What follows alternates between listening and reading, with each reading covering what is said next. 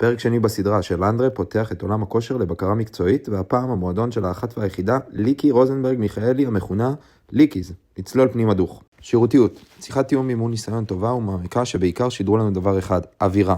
שהגענו, אף אחד לא קיבל את פנינו חוץ מהמאמנת שהייתה נחמדה וחיברה אותנו לקבוצה. פסיליטי ומיקום, כמו בפרק הקודם אנחנו נמצאים בנמל תל אביב. שטח האימון יחסית קטן, חדש ומעוצב בסטייל חדר כושר בתאורה רומנטית. מרגישים שהמוצרים של ליקיז עוטפים את המקום. שירותים ומקלחות נקיים ומתוקתקים בריח מפנק. מקצועיות, סגנון אימון שונה ממה שאני רגיל, אבל באתי בראש פתוח. המאמנת הסבירה את כל התרגילים ברצף ושלחה אותנו לעבוד. נתנה המון יחס והשתדלה לתקן. בעיניי הייתה פחות מדויקת. הדגמת דדליפט שבעיניי הייתה פחות מקצועית, ומצד שני לא חששה לבוא ולתקן וזה מוערך. קהילה וחברתיות. אימון חדר כושר בתחנות שכל אחד בשלו. עובדים בחברת אנשים אבל לגמרי מרגיש שאין תקשורת בין מתאמנים. המוזיקה אבל הייתה ממש טובה ובעיניי זה חשוב. האם הייתי מתאמן שם? האמת שלא. המקום משדר אווירה אבל פחות מתחבר לסגנון האימון הזה. אחרי חצי שעה מיציתי והייתי מעדיף לעבוד בחדר כושר. הציון שלי 5/10. חשוב לי להגיד, זו דעה אישית שמבוססת על אימון אחד בלבד.